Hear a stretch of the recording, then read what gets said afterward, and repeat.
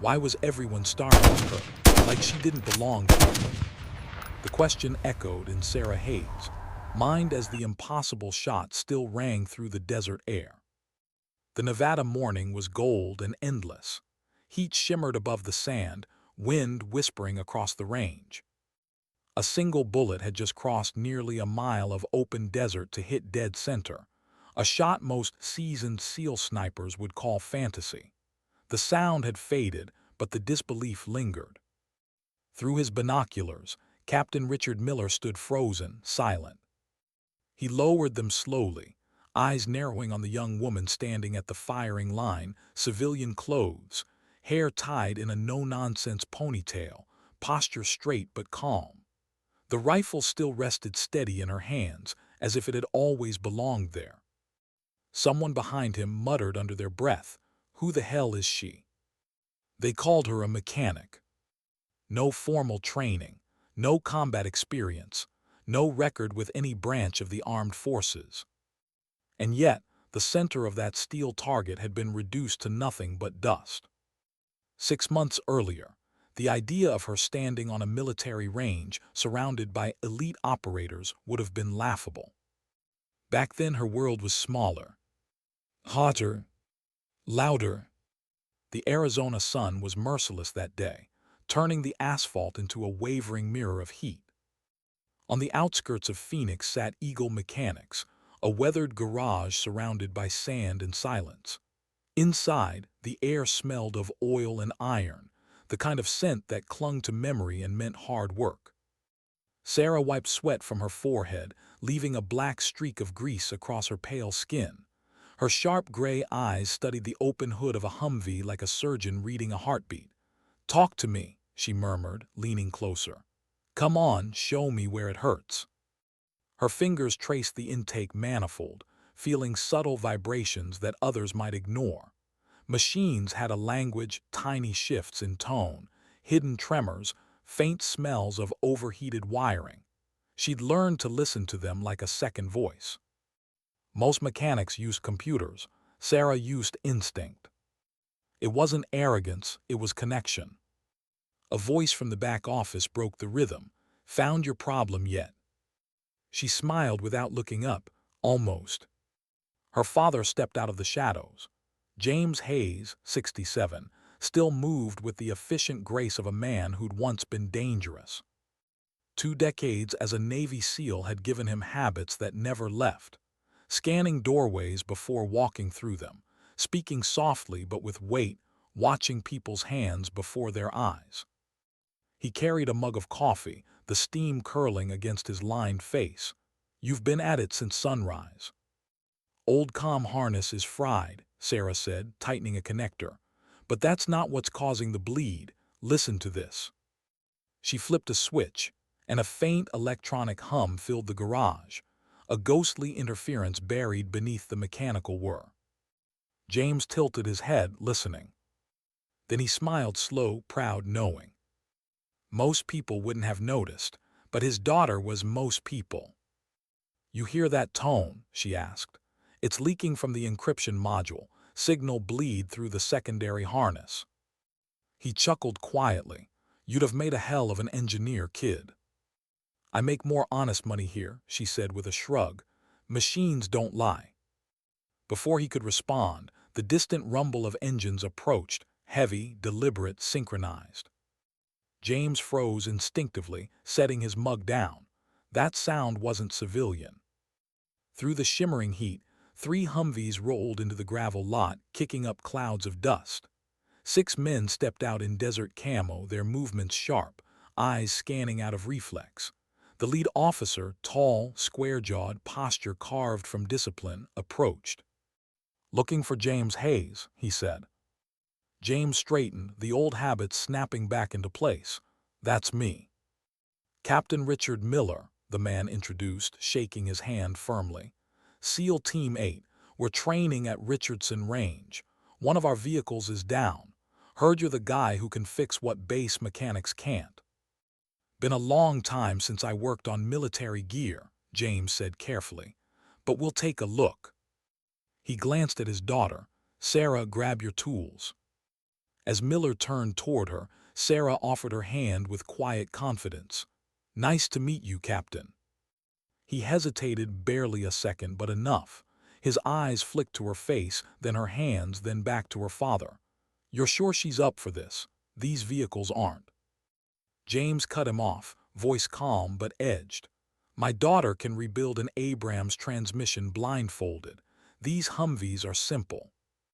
A pause, then a reluctant nod from the captain. "Your shop, your call." The next hour passed, with the rhythm of metal and focus. Sarah worked silently, her movements precise and methodical. The SEALs gathered near the water cooler, their conversation low but distinct. "Another miss yesterday," one said. 12 out of 20 targets." "Command's losing patience," another muttered. "It's those new M110s," a third replied. "The scopes are junk." "Maybe," Miller said quietly, "or maybe we're not adapting fast enough." Sarah's wrench paused mid-turn. Her mind clicked faster than the bolts under her hand.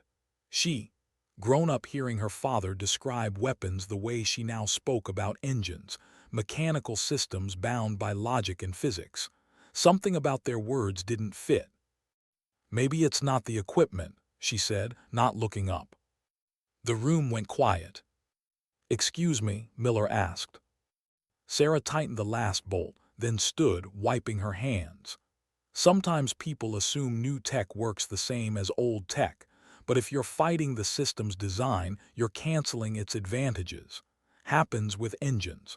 Probably happens with rifles. Miller crossed his arms. "With all due respect, Ms. Hayes, what would you know about precision shooting systems?" Sarah closed the Humvee's panel, pressed the ignition, and the engine roared to life, perfectly smooth, interference gone. She turned back, voice steady. "I know about precision," she said. "Machines, weapons, same rules. Balance, calibration, timing, you just have to listen." The silence after that was thick. Miller studied her like a puzzle. Then, unexpectedly, he smiled. "You said your father taught you about precision," he said. "Engines or shooting?" "Both," she replied, a spark of challenge in her tone. He glanced toward James, then back at her. "Come to Richardson Range tomorrow. Try a few shots with our setup. If you hit 800 meters, I'll give your theory a real audience." Her father's face tightened, but Sarah's decision was already made. She wiped her hands on a rag, extended her palm, and met his eyes. Deal. That night the desert was quiet, too quiet. Their small ranch house sat beneath a blanket of stars. Inside, Sarah found her father cleaning an old rifle, movements precise, almost ritualistic. "It's just a range, Dad, not a war zone," she said. He didn't look up. "Those weapons weren't built for sport. Miller's not testing you, Sarah. He's testing himself through you." She leaned against the doorframe, arms crossed. "So you think I shouldn't go?" "I think you need to ask why you want to." His eyes, those piercing, disciplined eyes, lifted to hers. "Is this about proving something to them, or to yourself?" She hesitated, the words catching in her throat. "Maybe both." He sighed, then stood, moving to a locked cabinet. With a few turns of a dial, the steel door opened. Inside lay several rifles, each maintained with loving precision. He lifted one, old, heavy, yet beautiful. "My first precision rifle," he said softly. "Macmillan TAC-50, used it in Afghanistan, reliable as sunrise." He handed it to her. Sarah felt its weight settle into her arms, perfectly balanced. "You never showed me this before." "Some tools," he said quietly, "carry too many memories." They practiced long into the night, breath control, dry firing, grip adjustments. James corrected her stance with small touches, watching how quickly she adapted. Within minutes, her rhythm matched his.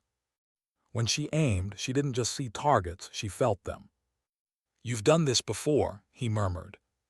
"No," she whispered, "but it feels familiar, like my body remembers something my mind doesn't." James paused. "Your mother was the same." Sarah looked up. "Mom." He nodded slowly. Catherine had a gift. She could find what she called the space between heartbeats, that perfect stillness where everything, mind, body, and world, aligns. The next morning, the desert wind carried the smell of cordite and dust. At Richardson Range, military discipline hung in the air like static. Rows of shooters lined up under the brutal sun. Sarah felt their stares as she walked past, civilian clothes, no rank, no insignia. Miller handed her the rifle. Standard M110 sniper system, 7.62 NATO, range up to 1,200 meters. You sure you're ready?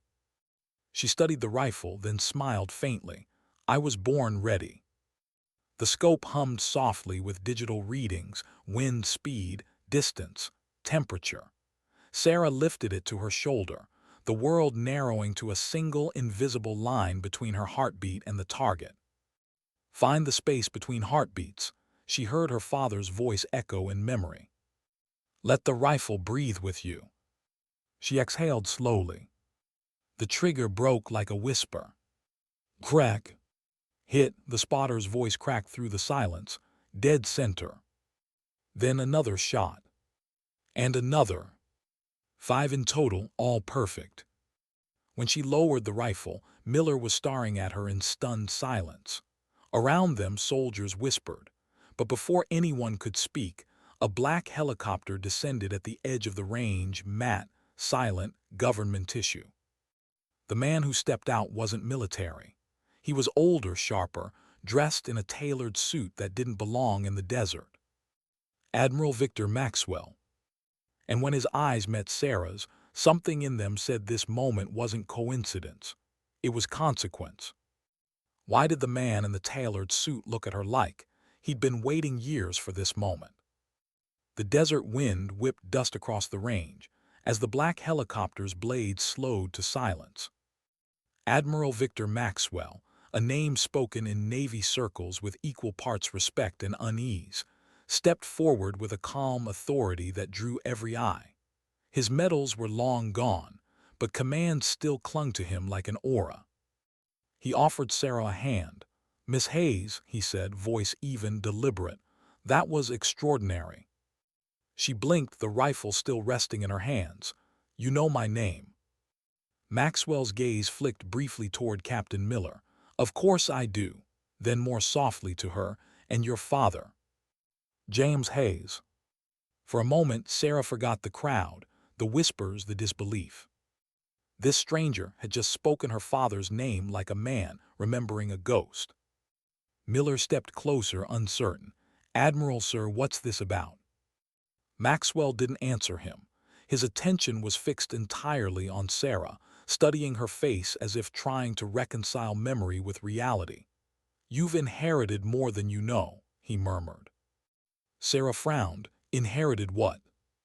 Before he could answer, he glanced up at the gathering soldiers and snapped, "Range is closed. Everyone out." No one argued. The tone left no room for rank. Within minutes, the training area was empty, just Sarah, Miller, and Maxwell standing under the blazing sun. "Captain," Maxwell said, "I'll debrief your team later. For now, you're dismissed." Miller hesitated. His instincts told him something was off, but the Admiral's reputation was iron. He saluted, nodded once to Sarah, and walked toward the vehicles.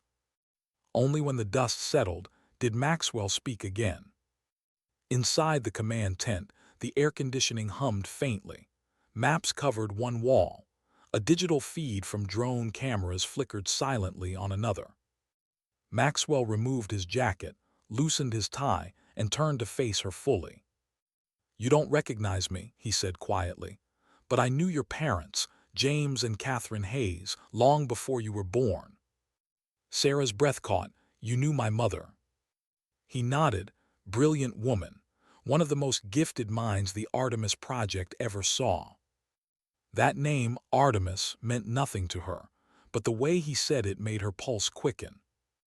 "I don't understand," she said. "What project? My mother was a scientist, she—" "Wasn't just a scientist," Maxwell interrupted gently. "She was the key to something extraordinary, and your shot today confirmed what we always suspected." He moved closer, lowering his voice. You've got it too. Sarah took a step back. Got what? The connection, he said simply. The perfect alignment between perception, calculation, and instinct, the Artemis state. His words sounded like myth, too polished, too deliberate. Yet something in his eyes told her this wasn't a performance. What do you want from me? She asked. To warn you, Maxwell said, because there are others who saw what you did today, and they won't see talent, they'll see an opportunity. Before she could question him further, his phone buzzed. He glanced at the screen, expression tightening. They're already moving. He slipped the device back into his pocket. Go home, Miss Hayes. Don't go anywhere alone. Tell your father to prepare. Prepare for what? She demanded. For the past to come knocking again, Maxwell said, and this time it won't ask permission. He started toward the exit. Admiral, she called after him, what was the Artemis project? He paused at the tent flap, the desert light cutting across his face. Ask your father, he said. He'll tell you why you were never supposed to touch a rifle. Then he was gone. That night, silence fell over their small ranch like a warning. The desert outside was still, the horizon distant and pale beneath a wash of stars. James sat at the kitchen table, disassembling the TAC-50 in deliberate motions. Sarah stood by the doorway, arms folded, trying to make sense of the Admiral's words. He said Mom was part of something called Artemis, she began carefully, and that you were too. Her father froze, the rifle bolt halfway out. His shoulders tensed, a small, almost imperceptible movement that said more than words. Where did you hear that name? He asked. From Admiral Maxwell. He came to the range after the demonstration, said I inherited something. James set the bolt down slowly, turning to face her. The lines on his face seemed deeper in the low light. I hoped this day would never come. He leaned back in his chair, exhaling through his nose, the sound of a man who'd carried a secret too long. Artemis, he said finally, wasn't a weapons project, not at first. It was a DARPA initiative in the 80s. They were studying people who could enter a state of perfect perception, no hesitation, no error. It wasn't magic, it was neural precision. Your mother was one of them. Sarah shook her head. That's impossible, Mom wasn't. She was, James said firmly. She could shoot like no one I'd ever seen, but that wasn't what made her special. It was how she saw. When she focused, time seemed to bend. She called it the space between heartbeats. The words hit her like déjà vu, the same phrase he'd whispered when teaching her to fire the rifle. Find the space between heartbeats. Her voice dropped, so it was real. James nodded, real enough that the government tried to understand it. Maxwell led the research. We thought we were studying focus and adrenaline, but someone higher up, a man named Harold Weathers, saw something else. What? Potential weaponization. He stood, packing slowly, the old soldier surfacing. They began testing serum derivatives, trying to reproduce the Artemis state through chemistry. It went wrong, terribly wrong. His voice darkened. Your mother walked away, I tried to bury it, we thought it was over. Sarah felt the room tilt. Then why come now? James looked toward the window where the desert shimmered under moonlight. Because they must have restarted the program. Different name, different funding. And now they've seen what you can do. Me, she whispered, I'm not. You are, he said softly. You proved it today. The first gunshot shattered the night. Glass exploded across the kitchen as both of them dove to the floor. A second shot followed, cracking through the window frame. James rolled toward the cabinet, pulling open a false panel beneath the counter. Inside, weapons, pre-packed gear, a radio. He moved with fluid urgency, no panic, only purpose. Stay down, he ordered. They found us faster than I expected. Who? Sarah yelled over the echo of another round. CIA or whoever inherited Olympus, doesn't matter. He tossed her a pistol. If we get separated, run to the safe house near Mount Greystone. Victor knows where." "Dad." "No time." He pressed a hand to her shoulder, eyes fierce. "Whatever happens, you keep breathing. You find the space between heartbeats. You trust it." The sound of boots outside, voices sharp and military. James slammed a hidden switch under the coffee table. A section of floor slid open, revealing narrow stairs descending into darkness. He turned to cover her, rifle in hand. "Go now." But before she could move, the front door burst inward. A man in a suit stepped through, gun drawn. "Maxwell," he shouted, "they're here." It wasn't an attacker. It was the Admiral himself, face pale, eyes wide. Behind him, the night blazed with muzzle flashes. James grabbed Sarah, dragging her toward the open floor. "Move." Maxwell covered them, firing toward the doorway as glass shattered and smoke filled the air. Sarah stumbled down the stairs, heart pounding, the rumble of combat above her shaking the ground. The tunnel was narrow, lined with steel. Emergency lights flickered dimly, turning her father's face ghost-like. He sealed the hatch behind them. "They won't stop, Sarah," he said quietly. "They think you're the key." "To what?" He didn't answer, just touched her cheek, eyes soft. "Your mother once said something, that the greatest danger to human potential wasn't failure, it was fear. Remember that." A distant explosion rocked the tunnel. The lights flickered out. Maxwell's voice echoed from above, shouting something she couldn't hear. And then James' expression changed. That instinctive, wordless moment between soldiers. "Protect her, Victor," he yelled. "Don't make the same mistake we made in Panama." Before Sarah could ask what that meant, the floor beneath her shifted. A hidden elevator engaged, descending deeper into blackness. Her father stayed behind. The last thing she saw before the doors closed was his silhouette against firelight, rifle raised, unflinching. Then he was gone. Hours later, Sarah woke to silence.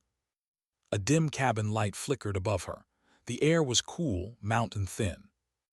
They were no longer in Phoenix or anywhere close. Admiral Maxwell stood near the window, speaking quietly into a satellite phone. His tone was sharp, measured, all business. When he noticed her awake, he ended the call and turned. His eyes, calm but heavy with guilt, met hers. "Welcome to the Greystone safe house," he said. "You're safe for now." She sat up slowly, head throbbing. "Where's my father?" Maxwell didn't answer right away. He looked down, then out the window. "They took him," he said quietly. "Atlas operatives under a program called Olympus." "Olympus," she repeated, "like the gods." He nodded grimly. "That's what they think they're building." Sarah's voice trembled. "You said this was about human potential." "It was," he said, "until Weathers turned it into an arms race. Artificial Artemis states, enhanced soldiers. Your mother warned us, now her daughter's the next chapter in the same mistake."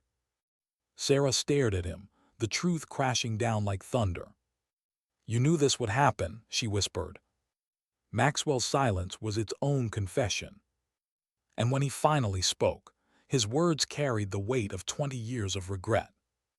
"I promised your father once that the past would stay buried," he said softly. "But the past never stays buried, Miss Hayes." He looked at her, a mechanic who shouldn't have known how to shoot, a daughter born into a legacy she never asked for. "And now," he said, voice breaking slightly, "it's come for you." Why did silence feel heavier than sound? Sarah sat in that mountain cabin, staring at the faint orange glow of dawn cutting through the curtains.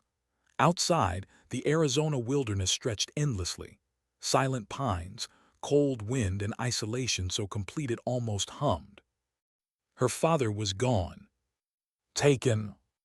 And every part of her that wanted to scream had been replaced by one thought: why him? Admiral Maxwell moved quietly behind her, adjusting the locks, checking the perimeter, his every motion deliberate. He'd spent a lifetime in command, but right now he looked like a man haunted by choices that never stopped echoing. "Coffee?" he asked. Sarah didn't answer. He poured anyway, setting the mug near her. "You'll need your strength." She finally spoke, her voice a rasp. "You said Atlas, Olympus. What are they?" He sighed. "The continuation of Artemis, the wrong continuation. After your mother shut it down, General Harold Weathers took what remained. He promised oversight, control, ethics. He lied." Sarah turned, eyes narrowed. "Then what is Olympus now?" Maxwell met her gaze. "A private military corporation's dream. They're trying to create the Artemis state artificially, to design soldiers who can do what your mother did naturally." "Why take my father?" "Because he's the only one who ever survived the serum." Her stomach dropped. He was part of it. Maxwell nodded slowly. "He volunteered after Panama." The word hit her like a thunderclap. Panama. The same word her father had shouted before the world went black. "What happened there?" she whispered. Maxwell hesitated. "You deserve the truth, but you won't like it." He walked to a locked steel case on the wall and entered a code. The lock clicked open, revealing stacks of folders stamped classified/EYES only. He pulled one out, slid it across the table. The paper inside was yellowed, edges crisp from time. At the top, Project Artemis, Field Test Report 1989, Panama Operation. She scanned the text. Words jumped out. Serum instability, neural collapse, collateral casualties.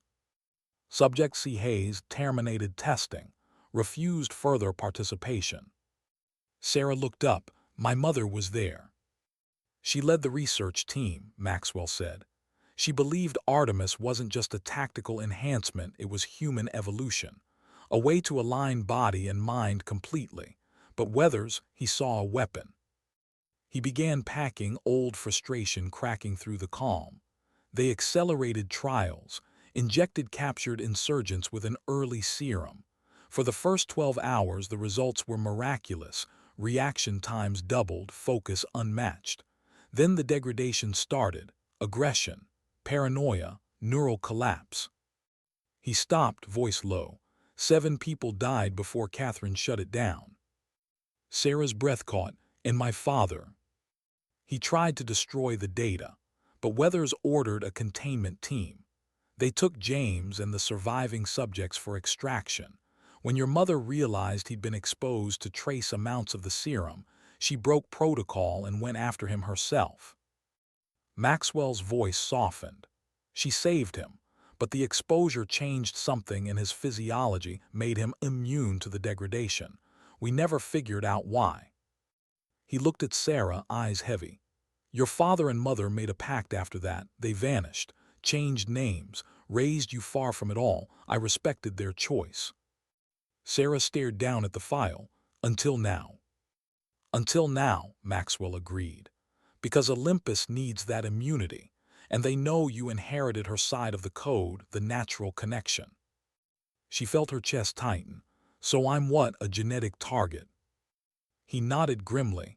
"And your father is leverage." Later that day, the cabin filled with movement. Colonel Walter Sullivan, grizzled, sharp-eyed, with a shoulder wound hastily bandaged, arrived with 2 operatives. They brought gear, blueprints, and a faint smell of dust and danger. "Still breathing, Victor," Sullivan said, dropping his duffel. "Guess retirement doesn't mean what it used to." Maxwell gave a tired smile. "Never does." Sarah stood near the table, silent as they spread maps across it, satellite images of the Nevada desert, zoomed in on a sprawling compound. Atlas Security Training Facility, according to the cover documents. But buried beneath it, she could see tunnel, laboratories, sealed chambers. "That's Olympus," Sullivan said, tapping the blueprints. "They're holding your father here. Weathers turned it into a research bunker years ago." Sarah's voice trembled. "Then we go get him." Sullivan glanced at Maxwell. "She's fast." "She's her father's daughter," Maxwell replied. "And her mother." They exchanged a look she didn't miss, that mix of admiration and caution reserved for someone standing too close to the fire. Sullivan opened a laptop, bringing up real-time feeds. We've got 2 days before they move him to the East Lab for integration. Integration? Sarah asked. Gene fusion, Sullivan said flatly. They're trying to merge your father's immunity factors with enhanced Artemis candidates, basically build perfection. And if they succeed, then the world changes overnight, Maxwell said, not for the better. Sarah's pulse quickened. Then teach me. Both men looked at her. Teach me whatever I need to know to go in there, she said, voice steady now. Weapons, tactics, infiltration, whatever it takes. Sullivan arched an eyebrow. You ever held anything heavier than a wrench? She met his gaze without flinching. Only a father's expectations. Maxwell nodded slowly. She's ready. For the next 48 hours, the cabin became a crucible. Sullivan drilled her on tactical movement, room entry, and silent takedowns. Maxwell handled the marksmanship, a natural fit. They were shocked at how fast she adapted. Every correction stuck, every motion refined. She wasn't perfect, but she learned with frightening speed, not through memorization but intuition. Her breath matched rhythm with the rifle's pulse. Her footfalls adjusted automatically to the creak of the floor. It was as though she could feel the air shift before it moved. During one session, Maxwell lowered his binoculars, watching her reload with fluid precision. You ever trained before? Sarah shook her head. No, it just feels like déjà vu. Sullivan grunted. That's your mother's side talking, the Artemis instinct. Maxwell nodded. It's not just shooting, it's awareness.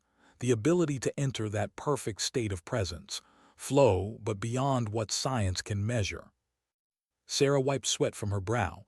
You mean like slowing time? Not slowing, Maxwell corrected. Clarifying, you're not faster than the world, you're simply aligned with it. Later, while they ate around the small wooden table, Sarah asked, what was my mother really like? Maxwell leaned back thoughtful. Brilliant, gentle, dangerous in her curiosity. She believed the Artemis state wasn't a weapon, it was a mirror. She said, perfection isn't power, it's peace. Sullivan scoffed quietly. Tell that to the men who funded her. She tried, Maxwell said softly, and she paid for it. A heavy silence followed. Finally, Sarah whispered, she died of cancer when I was 12. Maxwell's expression darkened. Yes, but I sometimes wonder what caused it. The words hung there, suggestion, regret, suspicion. And in that silence, Sarah realized the depth of what had been stolen from them all. Night again. Outside, a storm was building, the kind that tore across the desert like a freight train. The cabin lights flickered as thunder rolled across the mountains. Maxwell stood beside her at the window. You know, he said quietly, I once believed the Artemis project would make humanity better, faster, smarter, more aware.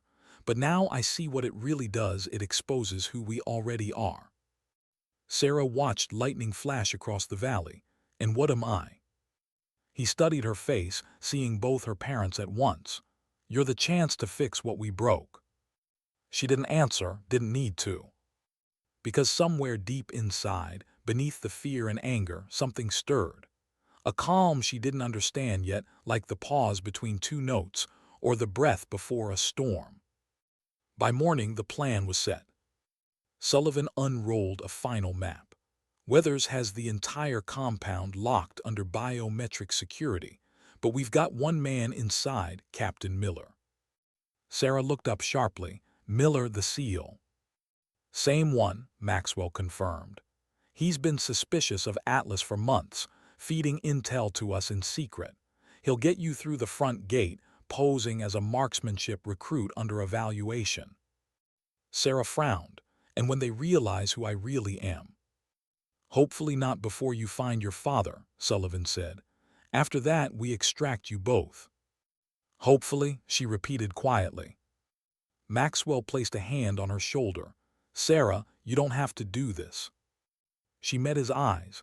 You said it yourself, I was born into this. He hesitated, then nodded once. Then let's finish what your mother started. That evening, as they loaded the vehicles, Sarah stood outside for a final moment. The sky was turning crimson, the air electric with the smell of rain and dust. She looked toward the horizon where her father might be, alive or broken or worse, and felt the quiet fire rising inside her. Maxwell joined her, hands in his coat pockets, nervous. Terrified, she said. Good, he replied. Means you still know what's at stake. Thunder rolled again in the distance. The wind tugged at her jacket. She thought of her mother's voice, faint, somewhere in memory. Find the space between heartbeats. She inhaled deeply, eyes closing. One heartbeat. Silence. Another heartbeat. Stillness. When she opened her eyes, everything was clear. The convoy rolled out at dawn. 3 black SUVs slicing through the desert road toward Nevada. Inside, Sarah sat in silence, rifle case at her feet, earpiece in place. Sullivan drove. Maxwell navigated. The mountains ahead shimmered in the morning haze. As they neared the compound perimeter, Miller's voice crackled over comms. Welcome to Atlas, you're late. Traffic, Sullivan said dryly. Copy that, keep your cover tight. They'll check IDs at the gate. Sarah looked out at the looming facility.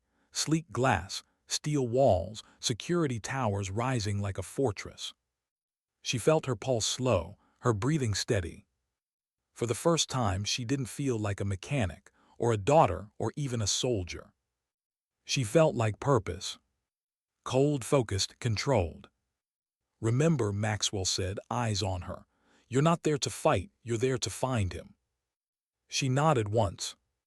And as the gates opened and the world swallowed them whole, one thought anchored her heart. Between one heartbeat and the next, everything can change. Why did the air inside the Atlas facility feel so cold, like even oxygen had discipline? The desert sun burned outside, but inside these walls, it was all steel, silence, and surveillance. Sarah Hayes moved through the glass corridors with a calm she didn't feel, her fabricated credentials clipped to her vest. Sergeant Lisa Reynolds, Army marksmanship instructor.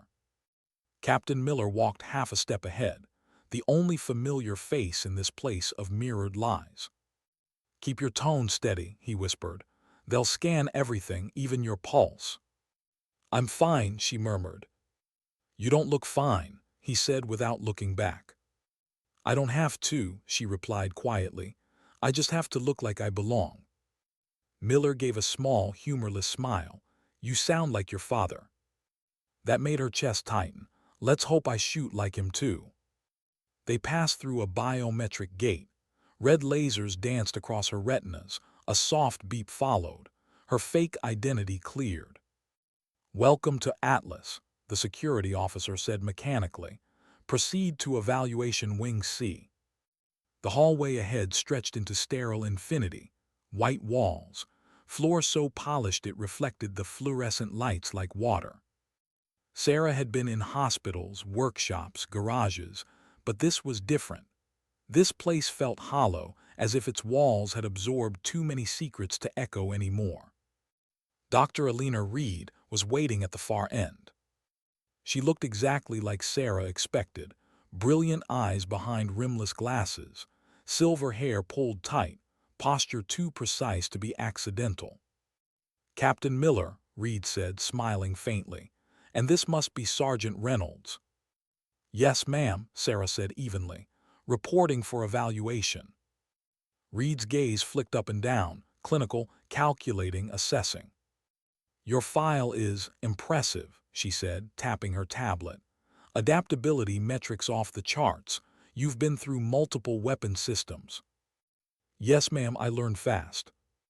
I imagine you do, Reed said softly. There was something behind her tone, curiosity or recognition. Miller cleared his throat. She's one of the best instructors I've worked with. Thought Olympus might benefit from seeing her potential firsthand. Indeed, Reed said, follow me. They entered a massive firing range, unlike anything Sarah had ever seen. Each lane had its own digital interface, biometric trackers and neural sensors mounted above the firing platform. The targets weren't paper, they were holographic, moving with unpredictable precision. This is our cognitive performance range, Reed explained. We measure neurological feedback as much as accuracy. Sarah nodded, masking her awe. State of the art. Exactly, Reed said. And yet our most experienced shooters struggle. They can't adapt to the system's intelligence calibration. Sarah tilted her head. Maybe they're trying too hard to control it. Reed raised an eyebrow. Interesting theory. Most say the system is too complex. Sometimes complexity fights intuition, Sarah said softly. If they're forcing it, they're breaking the flow. Reed studied her, intrigued. Flow, that's not a term we hear often from soldiers. Machines, rifles, people, they all have rhythm, Sarah said. You just have to listen.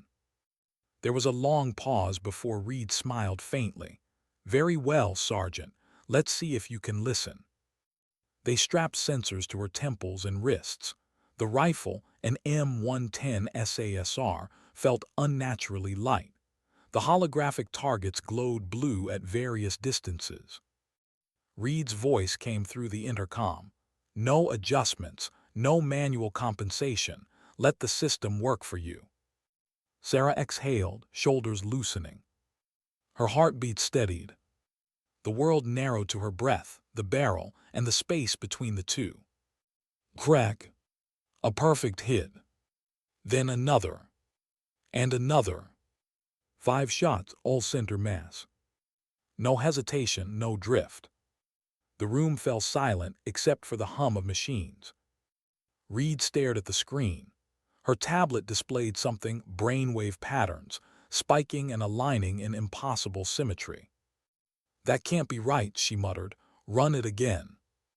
Sarah chambered another round, expression calm. Same parameters. Reed nodded slowly. Same parameters.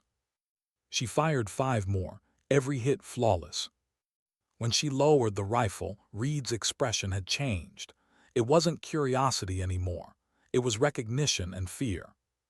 Fascinating, Reed whispered. I've only seen this pattern once before. Sarah pretended not to hear. Am I cleared? Reed didn't answer immediately. Then too quickly she smiled. For now, Captain Miller, escort Sergeant Reynolds to the debriefing suite. I'll forward her next evaluation slot. As they walked away, Sarah whispered, she knows. Miller nodded almost imperceptibly. Yeah, she knows you're not who you say you are. 2 hours later, Sarah sat in a glass-walled conference room overlooking the desert. She could see security patrols below, black SUVs crossing the compound like clockwork. Miller stood near the door, tense. She's running your DNA, he said. The moment those results hit, Weathers will know who you are. Sarah looked at him. Then we don't wait. He frowned. What are you planning? To find my father. Not alone, you're not. Miller, her tone sharpened, calm but absolute. If I don't do this, they'll use him. And if they use him, they'll use me next.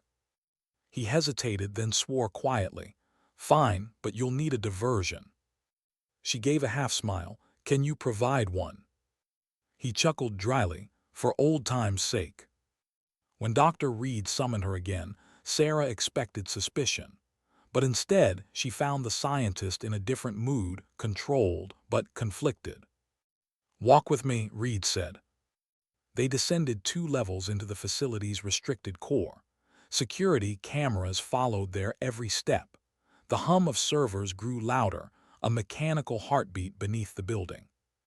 Reed spoke quietly, almost to herself. You remind me of someone.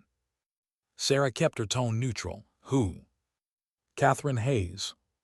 Sarah froze. You knew my mother. Reed smiled faintly. Everyone in Artemis knew Catherine, the only subject who could enter the state naturally. The rest of us only dreamed of it. Sarah's pulse quickened. Then why did you continue this? Reed stopped walking. Her reflection stared back at her from the glass wall. Because I believed we could perfect it. Weathers convinced us we were saving lives, making soldiers faster, sharper, more aware. But the truth, she exhaled shakily, the truth is uglier. Through the glass ahead, Sarah saw a laboratory full of machines and restrained subjects. Monitors displayed neural maps pulsing with erratic light. Men in hospital gowns moved with unnatural precision, but their eyes were empty, blank windows in human faces. Those are the Thanos subjects, Reed said softly. First-generation enhanced operatives. They're stronger, faster, but their neural systems are decaying. Sarah's voice shook. You broke them. Reed didn't argue. We did, and now Weathers wants to fix them using you. Sarah's stomach turned. Where's my father? Reed looked at her, eyes glassy with guilt. Being prepped for integration. East Sector. Sarah stepped closer. Help me get him out. Reed hesitated. If I do, they'll kill me. They'll kill you eventually anyway, Sarah said quietly. At least this way you get to choose why. The older woman stared at her for a long, silent moment. Then she nodded. Follow me. As they moved deeper into the complex, Sarah activated the subdermal tracker hidden beneath her wrist, Sullivan's failsafe. Above ground, Maxwell's team would see her signal moving. They'd know she was in. The hallway narrowed into a restricted corridor, lit by red emergency strips. Through one viewing window, Sarah glimpsed something that stopped her heart. A man strapped to a table, electrodes attached to his skull, chest rising shallowly. Her father. Dad, she whispered. Reed pressed a code into the panel. The door clicked open. You have 5 minutes before the next security cycle. Sarah rushed to his side, unfastening restraints. His eyes fluttered open, dazed but alive. Sarah, he breathed. How? No time, she said quickly. We're getting you out. He struggled to sit up, his body weak. They have everything, data, samples, the Artemis code. Then we destroy it, she said, all of it. A sudden voice behind them froze her blood. I wouldn't recommend that. She turned slowly. General Harold Weathers stood in the doorway, immaculate suit, posture of command, eyes like polished glass. Behind him, armed guards flanked the corridor. Well, he said, smiling faintly, this is poetic. The daughter of Catherine Hayes and the last immune subject of Artemis. Family reunion, is it? Sarah raised her weapon. Let him go. Weathers chuckled. You really are your mother's daughter, brave, brilliant, utterly naive. Naive, she spat. You turned human beings into experiments. He spread his arms. Into soldiers. You think your world survives without people like me preparing it. Reed stepped forward, voice trembling. You're lying to yourself, Harold. You didn't prepare us. You corrupted us. He turned, disappointment flickering across his face. Ah, Eleanor, I expected better. You of all people should appreciate what we're doing. Science serving destiny. You're not serving destiny, Reed said. You're selling it. Weathers' jaw tightened. Perhaps, but history doesn't care who profits, only who wins. He raised his hand. The guards stepped forward. Secure them both. Sarah fired first. The corridor erupted in chaos. Glass shattered, alarms blared, red lights strobed through smoke.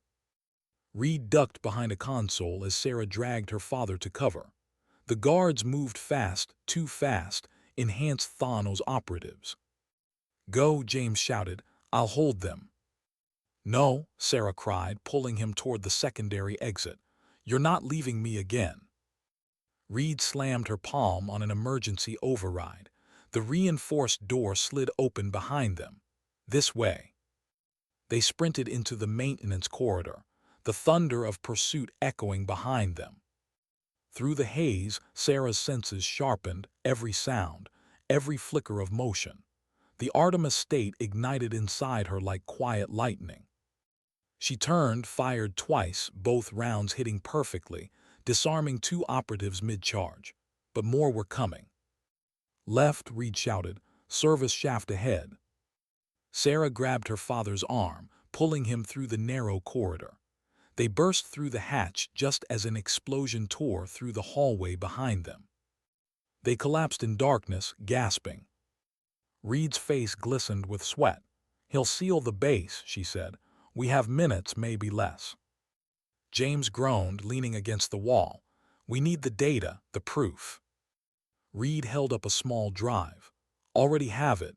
Everything, experiments, casualties, genetic mapping." Sarah exhaled shakily. "Then we finish this." She looked back toward the smoke-filled tunnel, where somewhere behind the fire and alarms, Weathers still walked, convinced he was untouchable. Her voice was low, steady, final. "He's wrong. How many seconds can change a life?" Sarah counted them now, every breath, every heartbeat, as alarms screamed through the Atlas facility. Red lights pulsed across sterile corridors. The air smelled of smoke and ozone. Security sirens howled like a heartbeat gone wrong. She gripped her father's arm, pulling him through the chaos. He moved slower than she wanted, still weak from sedation, but his eyes, sharp and determined, told her the soldier inside him wasn't gone yet. "Left," he rasped. "Maintenance tunnel leads to the sub-level exit." Reed followed close behind, clutching the small data drive that could burn Olympus to the ground. Her face, pale and strained, reflected both guilt and resolve. They reached a sealed door. Reed keyed in a code. For one terrible second the panel stayed red, then flicked green. The door slid open. Gunfire echoed from the far corridor, controlled bursts, precise patterns. Sarah's instincts recognized it, not regular guards. "Thanos operatives," James whispered. "He's unleashed them." They slipped through the door just as bullets tore into the frame. Inside the narrow maintenance tunnel, the sound of alarms faded, replaced by the rhythmic hum of ventilation systems. The tunnel was low and dark, lit only by dim red emergency lights. Sarah steadied her breathing. In through the nose, out through the mouth, find the rhythm, find control. She could feel the tension in her body begin to align, her senses sharpening into something more than fear, something beyond it. Her father noticed. "You're doing it," he said quietly, "the Artemis focus." "I'm not thinking about it," she whispered. "It's just happening." "Good," he said. "Don't force it. The moment you try to control it, you lose it." They moved deeper, the tunnel sloping upward toward the service access. Reed stopped suddenly. "Wait." She pointed to faint vibrations in the dust ahead, rhythmic, coordinated. "Boots." "They're coming from both sides," she said. "Then we move first," Sarah whispered. James raised his rifle, checking the chamber. "I've got rear guard." "No," Sarah said, eyes fixed on the forward path. "You're injured, stay with Reed. I'll clear the front." James almost smiled, pride and fear woven together. "You sound like your mother." "I'll take that as a compliment." The tunnel opened into a junction, 4 corridors converging under flickering lights. Shadows moved in the far distance. Sarah crouched behind a pipe cluster, centering her breathing. 3 targets, 2 moving fast, 1 stationary covering the intersection. She waited for the rhythm of their steps, the pause between beats. Now. She moved. 3 shots, 3 hits, not lethal precision strikes. She disarmed them, knocked one unconscious, swept another's legs out before he could shout. The third turned, eyes glassy, muscles twitching with unnatural control. A Thanos operative. He moved like liquid steel, faster than she thought possible. His first strike shattered the air beside her ear, a blur of motion. She ducked, rolled, fired, missed. The bullet grazed his shoulder, barely slowing him. His face was calm, detached, but his eyes, they were trembling. Not from fear, but from something deeper. Instability. Sarah saw it, the micro-twitch in his jaw, the tremor in his left hand. She remembered what Reed had said. Their neural systems were fracturing. They were dying from the inside out. "You don't have to do this," she said softly. He hesitated a fraction of a second, but enough. She used it. A kick to his midsection, a twist of his arm disarming him. One quick strike to a nerve junction in his neck, and he dropped, twitching but alive. She stepped back, breathing hard, her pulse slowing again. The Artem estate faded gently, leaving her trembling but focused. Behind her, James and Reed caught up. He looked at the fallen operative. "You spared him." "He's already broken," Sarah said. "No sense breaking him again." For a moment, her father just looked at her, not as his daughter but as something larger. A reflection of Catherine, a glimpse of what she'd become. They reached a blast door at the end of the corridor. Above it, exit access sub-level 3. Reed entered another override code, hands shaking.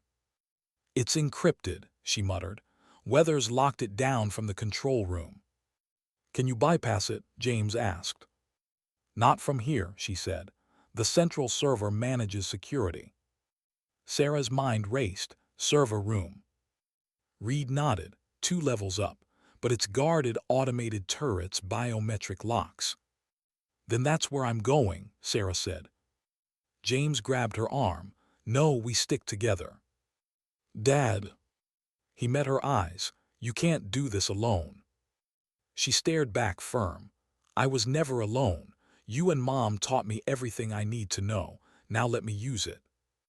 For a moment, the old soldier in him wanted to argue. But the father, the man who had seen this same fire in his wife's eyes years ago, understood. "Then make it count," he said softly. The server chamber was a cathedral of light and glass.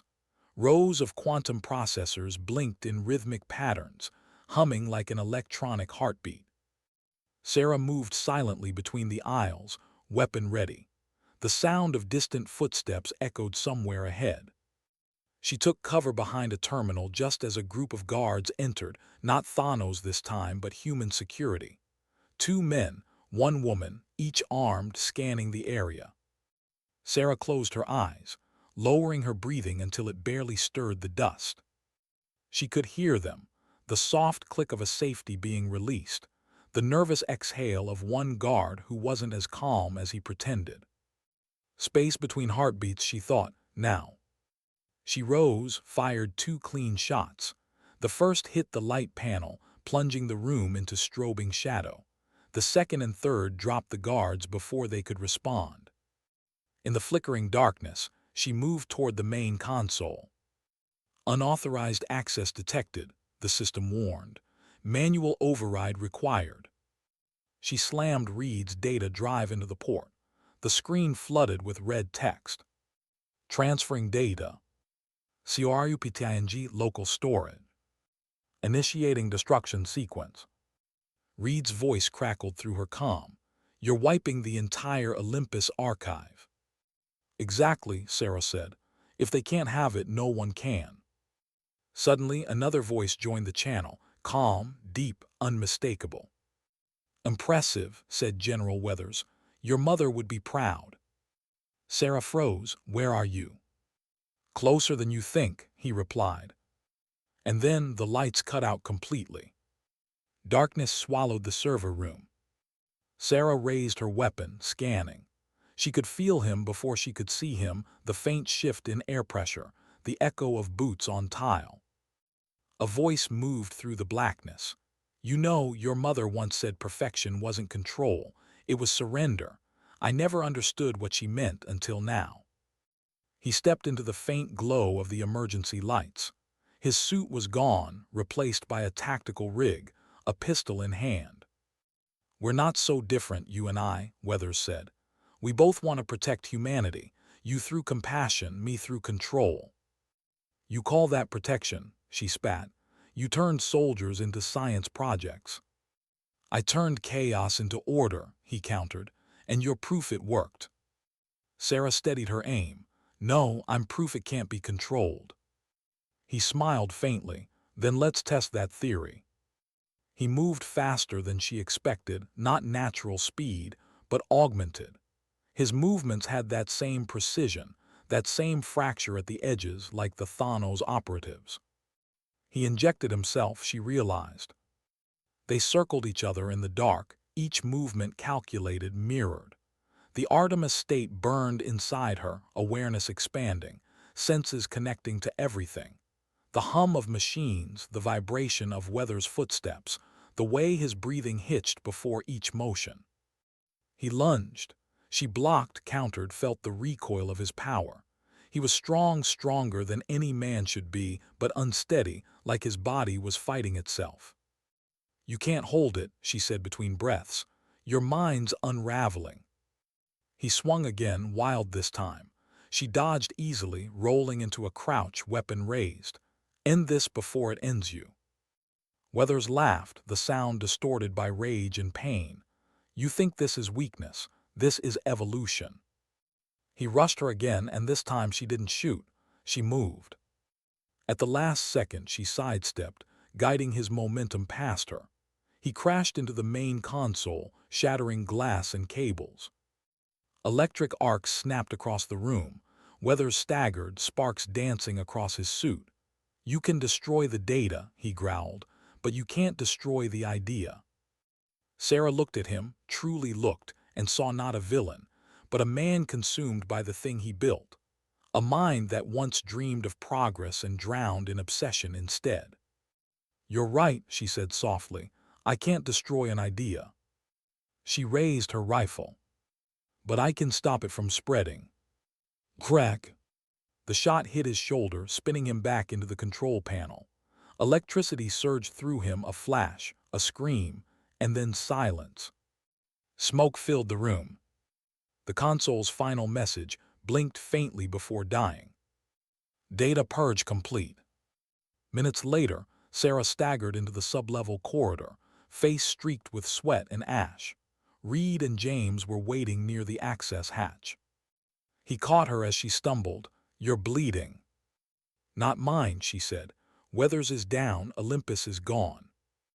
Reed clutched the data drive. "You deleted everything."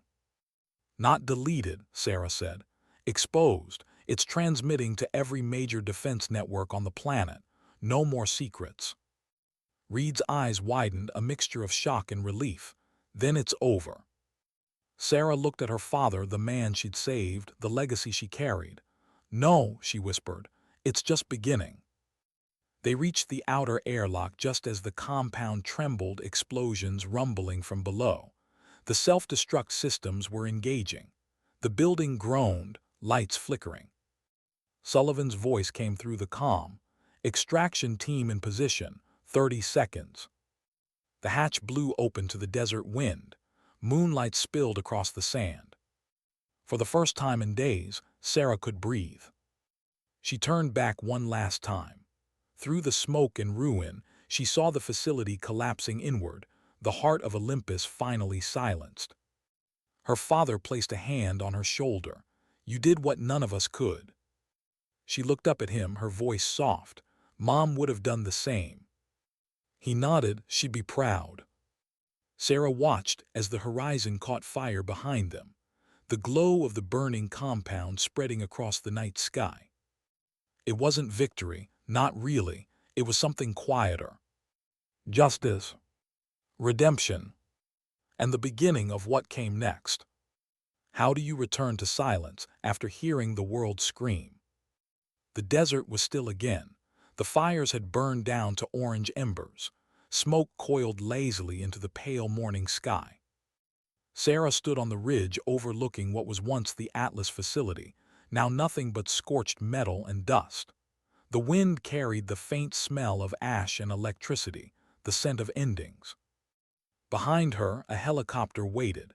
Its rotors turned slowly, patient, like the breath of something that knew it had seen too much. James Hayes stood beside her, leaning on a crutch, his face drawn but steady. "Doesn't look like much for the billions they spent," he said quietly. Sarah didn't answer. Her eyes stayed fixed on the ruins. "It's gone." "For now," he said. She turned to look at him. "You think they'll start over?" He gave a tired half-smile. People like Weathers always have a backup plan, always another buyer. Evil doesn't burn, it relocates. Sarah exhaled. The wind caught her hair, whipping strands across her face. Then we'll find it, we'll stop it again. He looked at her for a long moment, pride and fear blending in his eyes. That's not your fight, kid. It is now, she said softly. You know that. He didn't argue, because deep down he knew she was right. Inside the helicopter, the atmosphere was quiet, too quiet. Colonel Sullivan sat near the open side door, headset on, scanning the perimeter through binoculars. Admiral Maxwell, pale and exhausted, hunched over a tablet, his hands shaking as he reviewed the broadcast transmission logs. Reed sat opposite Sarah, clutching her data drive like a relic. Transmission confirmed, Maxwell said finally.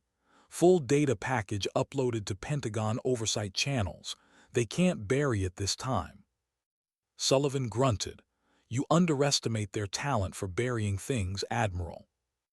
Maxwell ignored him, turning to Sarah.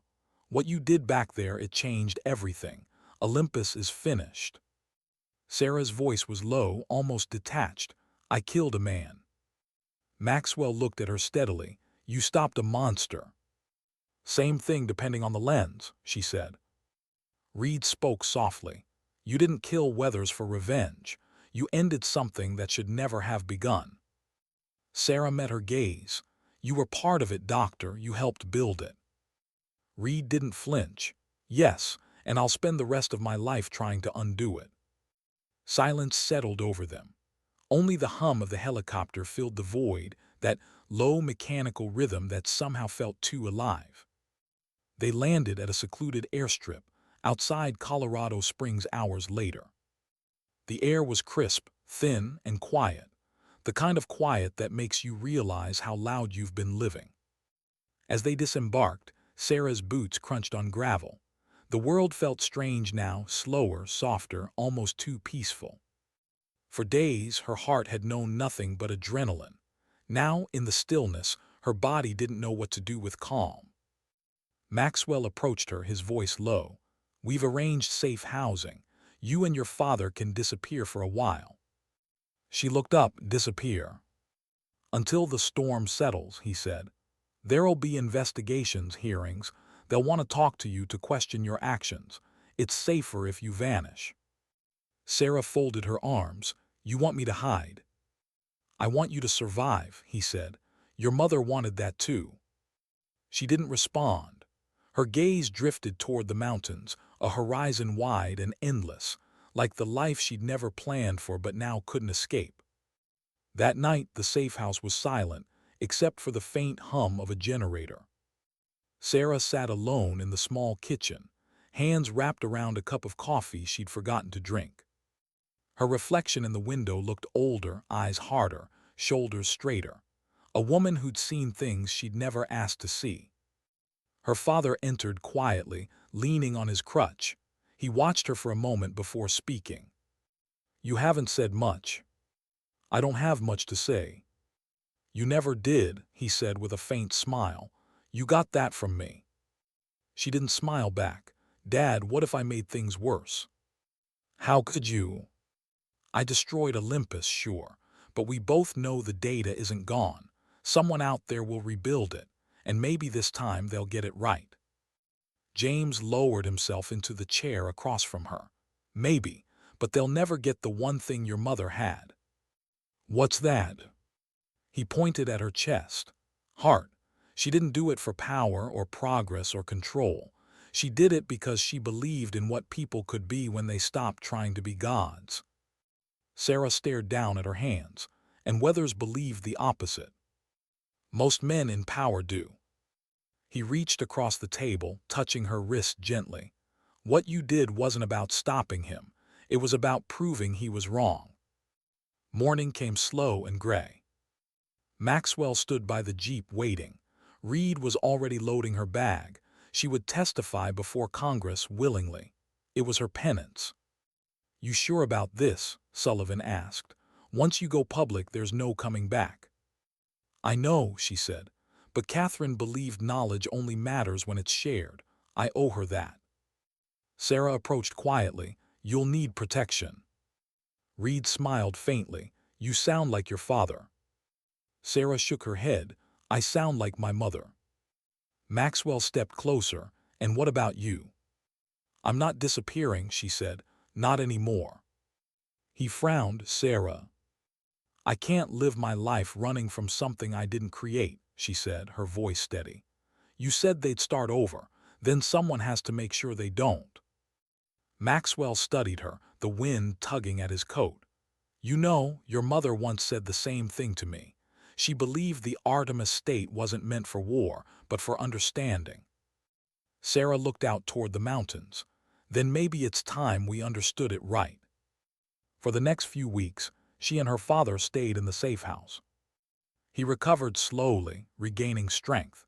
Some nights he would sit on the porch, cleaning his old TAC-50 while the wind whistled across the hills.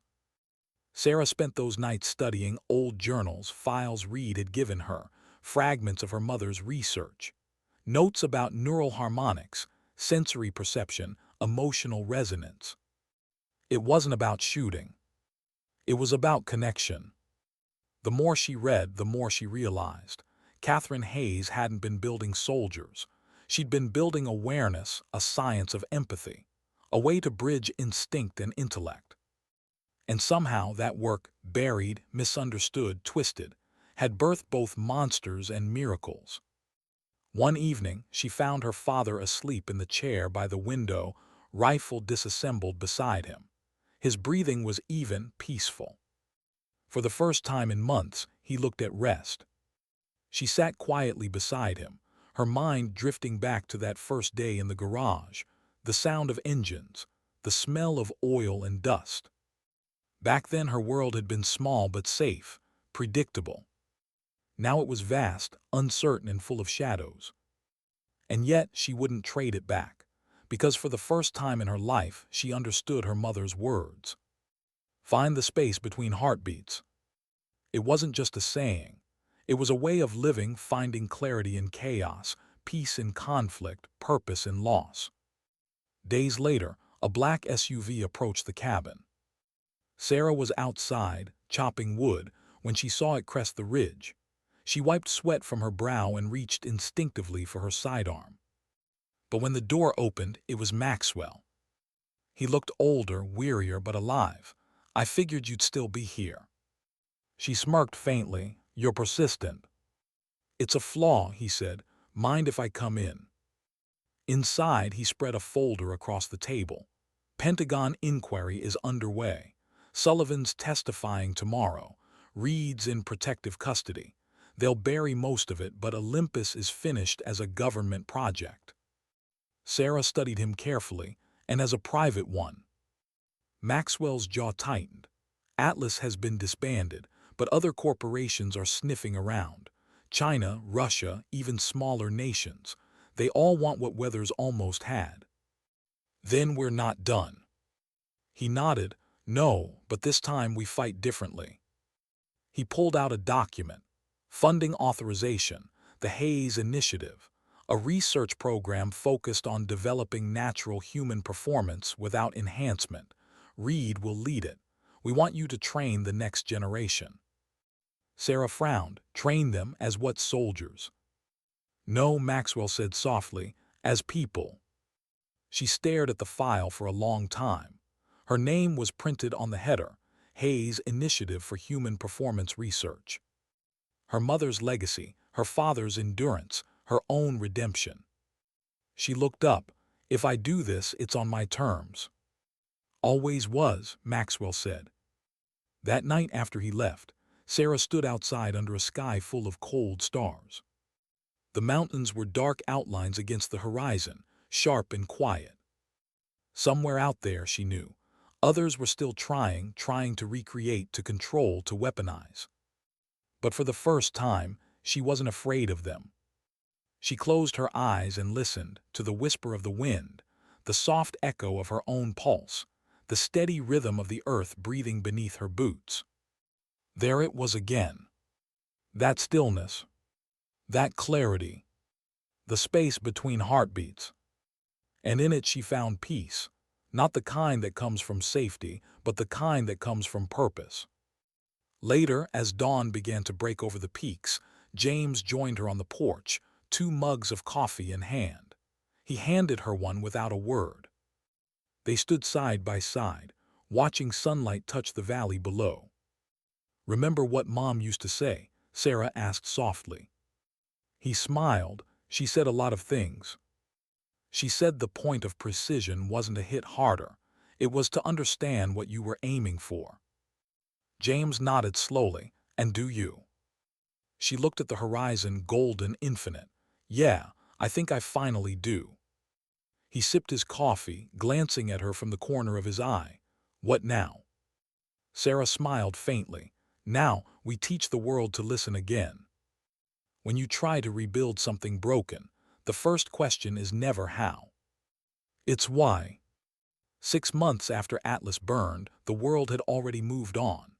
News channels ran the story for a week: unauthorized military AI project destroyed in desert blast. Before the headlines vanished under new scandals, new wars, new distractions. But for those who had been inside, the echoes never stopped. Sarah Hayes stood inside a new facility, a quiet compound in the Colorado mountains. It was nothing like Atlas. No steel corridors, no glass walls, no humming servers. This place smelled of pine and earth, wooden floors, open windows, human voices. The Hayes Initiative had begun. Her recruits weren't soldiers in the traditional sense. They were medics, climbers, engineers, and veterans with scars that didn't show on their skin. Every morning, they assembled in the courtyard, 10 men and women from different corners of the world, and Sarah would begin training not with drills, but with silence. "Close your eyes," she'd say, "find your rhythm." No one fired a shot, no one shouted orders. She taught them to listen, to their breathing, their instincts, their surroundings. "You can't aim at the world until you understand it," she told them, "and you can't understand it until you quiet it." At first they didn't get it. They wanted to shoot, to move, to act. But gradually, as days turned into weeks, something changed. They started hearing more, feeling more, seeing differently. One of them, a young medic named Tessa, became her shadow. Tessa was 27, former Navy corpsman, haunted by something she never spoke about. Sarah saw the same quiet defiance in her eyes that she used to see in mirrors. One morning after training, Tessa lingered by the range. "Ma'am," she said softly, "can I ask something?" Sarah nodded. "You just did." Tessa hesitated. "Why are we here, really? Everyone says this initiative is about human potential, but that sounds like PR. What are we actually building?" Sarah looked out across the field, the sunlight cutting through fog. "We're building balance." Tessa frowned. "Between what?" "Between what we can do," Sarah said, "and what we should do." Tessa was quiet for a moment. "Did your mom teach you that?" Sarah smiled faintly. "No, the world did." At night, when the students slept, Sarah worked alone in the lab, reviewing Reed's restored data, cross-referencing notes from Catherine Hayes, original journals. Her mother's handwriting danced across digital screens, delicate but deliberate. The art of estate is not amplification, it is alignment. The mind does not move faster, it moves cleaner. Emotion, instinct, reason not divided but synchronized. Sarah whispered the words aloud. "Not power, clarity." Reed entered quietly, a mug of tea in hand. "You sound like her." "She saw further than anyone," Sarah said, "and they turned her vision into a weapon." Reed set the mug beside her. "That's why you're here, to prove it can be something else." Sarah rubbed her temples. "Sometimes I wonder if I'm just repeating the same mistakes. We train people to reach peak awareness. What happens when someone decides to use it the wrong way again?" Reed was silent for a long moment. "Then maybe this time they'll have someone like you to stop them." Weeks turned into months. The Hayes Initiative grew, Small, quiet, disciplined. Maxwell checked in occasionally, sending supplies and updates. Washington was watching from a distance, cautious but supportive for now. But Sarah could feel it. Something was shifting. One morning, Sullivan arrived unannounced. His beard was grayer, his uniform still crisp but his eyes more tired. "Long way from the desert," he said, stepping out of the jeep. "Long time since I've seen you smile," she replied. He handed her a sealed envelope. "Then this won't help." She read it quickly. A data leak. Classified files resurfaced on dark networks. Mentions of Olympus resurgence, a black-budget project allegedly revived under private funding in Eastern Europe. Sarah looked up. "It's starting again." Sullivan nodded grimly. "Different name, same science." "Who's behind it?" He hesitated. No official confirmation, but Reed's algorithms trace the funding to someone inside defense contracting, someone who knew Olympus firsthand. Sarah's chest tightened. "One of ours." "Maybe more than one." That night, Sarah met Reed in the lab. The glow from the monitors painted their faces pale blue. Reed brought up a map of red dots scattered across the globe. Satellite signatures match old Atlas frequency bands. "See this one. Romania. Small facility in the Carpathians. No insignia, but the layout matches early Olympus schematics." Sarah stared at the screen. "They're rebuilding." Reed nodded. "Not under military jurisdiction this time. Private sector, that makes it worse. No oversight, no restraint." Sarah clenched her jaw. "Then we expose them." Reed hesitated. "It's not that simple. If we go public again, we'll lose what little trust the initiative has left." "Then we go quiet," Sarah said. "Like they taught us, but this time we're the ghosts." 2 nights later, she stood in the hangar packing her gear. Her father appeared in the doorway. "You're leaving." She didn't look up. "They're rebuilding Olympus." "I heard." He leaned against the frame, studying her. "You think you can stop it?" She zipped her pack, finally meeting his eyes. "I don't think I know." James stepped closer. "You've already given enough. You destroyed it once. Don't let them make you live inside it again." She paused, then said quietly, "Dad, when Mom died, you told me there's a difference between surviving and living. I survived that day, but I didn't start living until I fought back." He said nothing, but his eyes, proud and afraid, said everything. "Besides," she added softly, "you taught me to finish what I start." He gave a small, helpless laugh. "You're impossible." Family trait. The next morning, the Hayes compound woke to find Sarah gone. Her note on the table was short. "Don't follow. Keep the initiative alive." "Yes." Tessa found it first. Her hands shook as she read it aloud to Reed. "She's going after them alone." Reed stared at the message, her throat tightening. "Of course she is." Sullivan swore under his breath. "We can't just sit here." Reed shook her head. "No, we do exactly what she asked. We stay, we build, we prepare." Tessa looked between them. "Prepare for what?" Reed's voice was quiet, haunted. "For when she comes back and for what follows her." Meanwhile, halfway across the world, snow fell softly over a cluster of hidden hangars carved into the Carpathian cliffs. Through the blizzard, a convoy of armored trucks rolled toward a reinforced gate. Inside, men in gray uniforms loaded crates marked with a familiar emblem, a silver circle with 3 converging lines. Olympus reborn. Deep within the compound, a figure watched from behind glass, a woman in a white lab coat, her eyes cold, calculating. She turned to an assistant. "Status." "All systems operational," he said. "Subject 0 shows stable vitals." She nodded, and neural response. "Improving. The synchronization algorithm is working, better than expected." The woman smiled faintly. "Good, begin phase 2.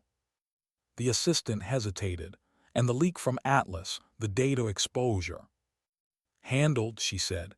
"The world thinks Olympus is gone, and the only person who knows better won't reach us in time." She turned back toward the chamber window.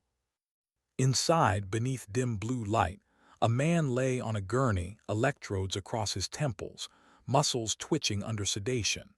His vitals glowed steady on the monitors. The name on the chart read, Project Orion. Back in the sky, Sarah's plane cut through storm clouds, engines roaring against the wind. She sat by the window, staring at the endless gray, her reflection fractured in the glass. Somewhere below, the world kept spinning, unaware that history was about to repeat itself. She touched the small pendant around her neck, her mother. Her voice, quiet and steady, carried through the cabin. "You were right, Mom. Perfection isn't control, it's surrender." She looked down at the mountains, rising through the mist like silent giants. "Let's finish what you started." How far would you go to end something you never asked to begin? The plane descended through storm clouds into the Carpathian night. Below, snow-covered peaks glowed faintly under moonlight. Sarah Hayes adjusted her pack, her pulse calm but deliberate. The hum of the engines faded as the ramp lowered, spilling cold air into the cargo hold. She checked her watch, 2 minutes. She had no backup this time, no orders, no command center. Just purpose and silence. She stepped out into the wind, parachute blooming behind her like a silver ghost. The night swallowed her whole. The landing was clean.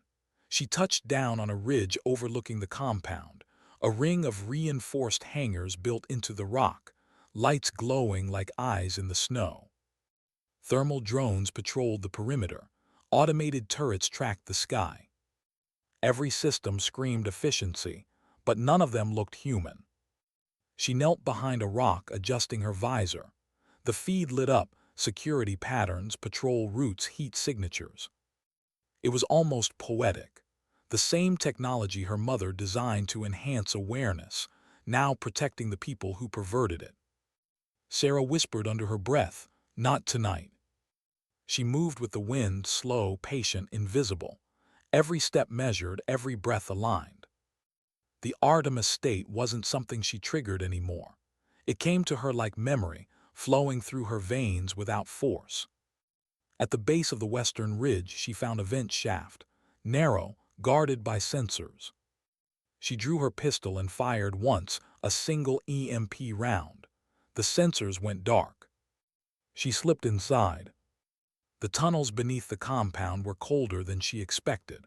The walls were steel and frost, the air tasting of ozone and disinfectant.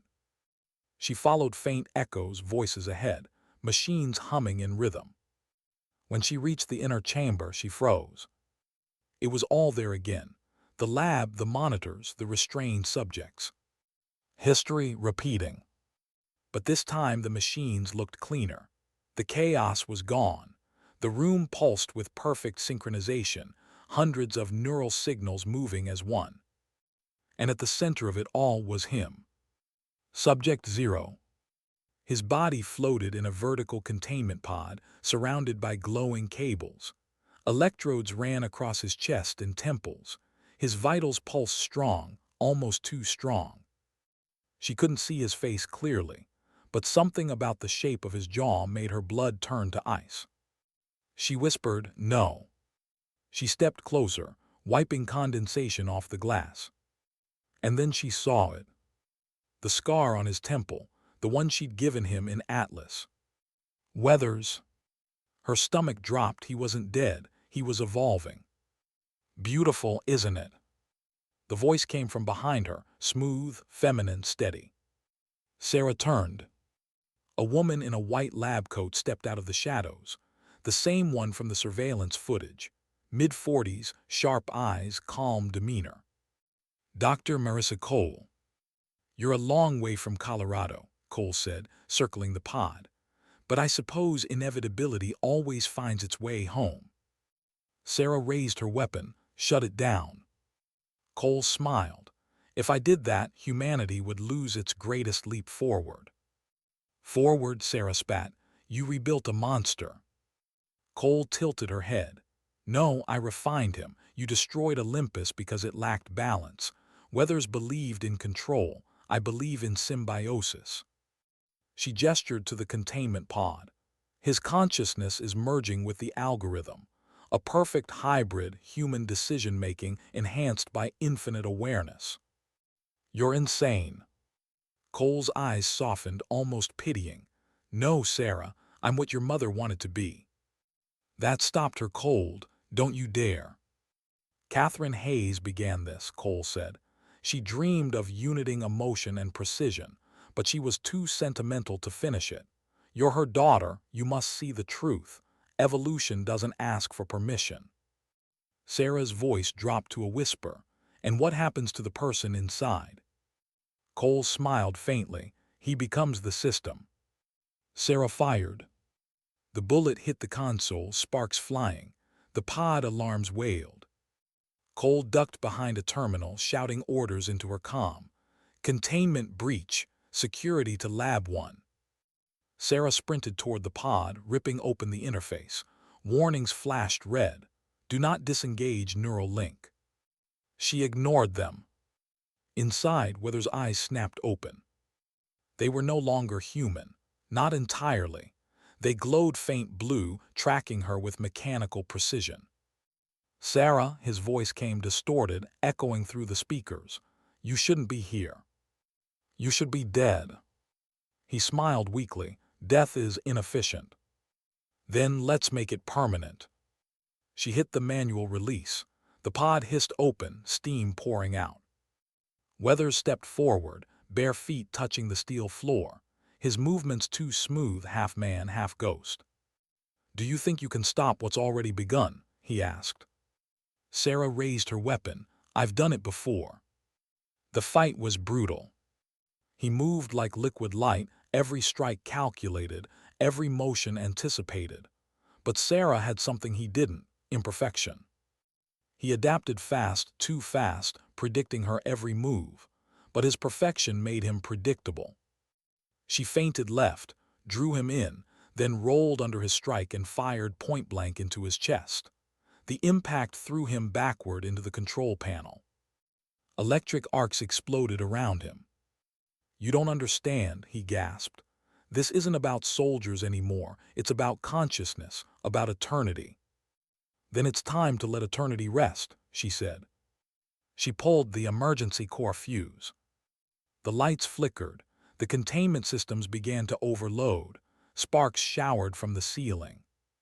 Cole screamed from behind the glass. You'll destroy everything. That's the point. The explosion ripped through the lab.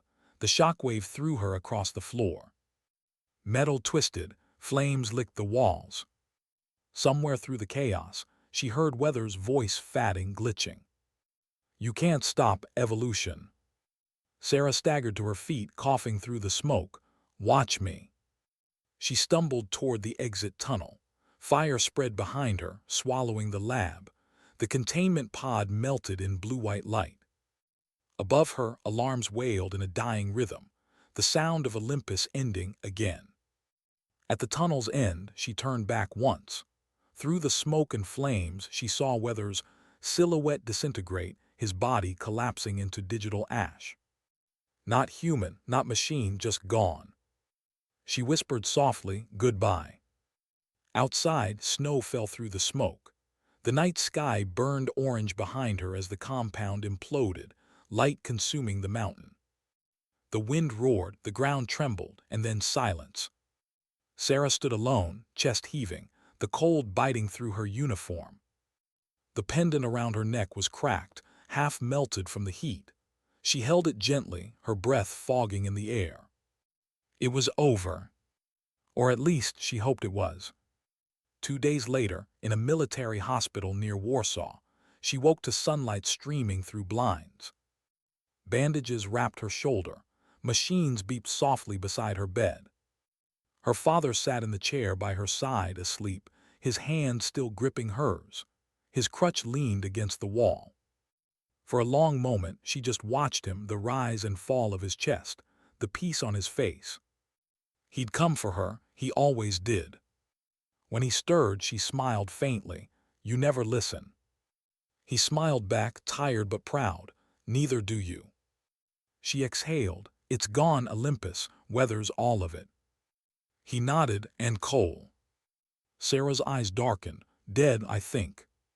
You think? She believed in perfection, Sarah said softly, and perfection never survives chaos. Weeks later, she returned to Colorado. The initiative stood untouched, still training, still growing. Tessa met her at the gate, eyes wide, relief flooding her face. You're alive. Mostly, Sarah said with a tired smile. Reed emerged from the lab, clutching a tablet. You stopped them. Sarah nodded, for good this time. Reed's expression softened. Then it's over. Sarah looked out at the mountains, quiet and vast. No, it's balanced. That evening, she gathered her trainees by the range. They stood in a semicircle, faces lit by lantern light. Snow drifted softly through the air. No guns, no drills, just silence. She looked at each of them, people from every corner of the world, bound not by rank or nation, but by purpose. When my mother started Artemis, she began, she thought the human mind could become perfect. But she learned something along the way, something the world still doesn't understand. She paused, the wind carrying her words. Perfection isn't control, it's connection. You don't shoot to destroy. You shoot to understand. The recruits listened in stillness, their breath visible in the cold. One day someone will try again, she said quietly. Someone always does, but when they do, I want you to remember this: dignity doesn't speak, it acts. She raised her hand slowly, feeling the rhythm of her own pulse. Find the space between heartbeats, she whispered. That's where humanity lives. Later that night, she stood alone on the training deck, snow collecting on her jacket. The stars stretched endless above her, cold and quiet. She reached into her pocket, pulling out her mother's pendant, cracked, scarred, but still whole. She turned it in her palm, feeling the metal warm against her skin. Her father stepped beside her. You did good. She smiled faintly. So did you. He chuckled softly. Think your mother's proud. Sarah looked up at the stars. I think she's listening. They stood together in silence as dawn began to rise, the sky bleeding from black to blue to gold. The world for once was quiet. And in that quiet, she finally understood. Perfection was never the point. Peace was. Soft, cinematic voiceover tone. Sometimes the greatest battles aren't fought to win. They're fought to remind the world what should never be lost. Honor, clarity, the courage to act without needing to speak. The wind moved through the pines, whispering her mother's final lesson. Find the space between heartbeats and live there.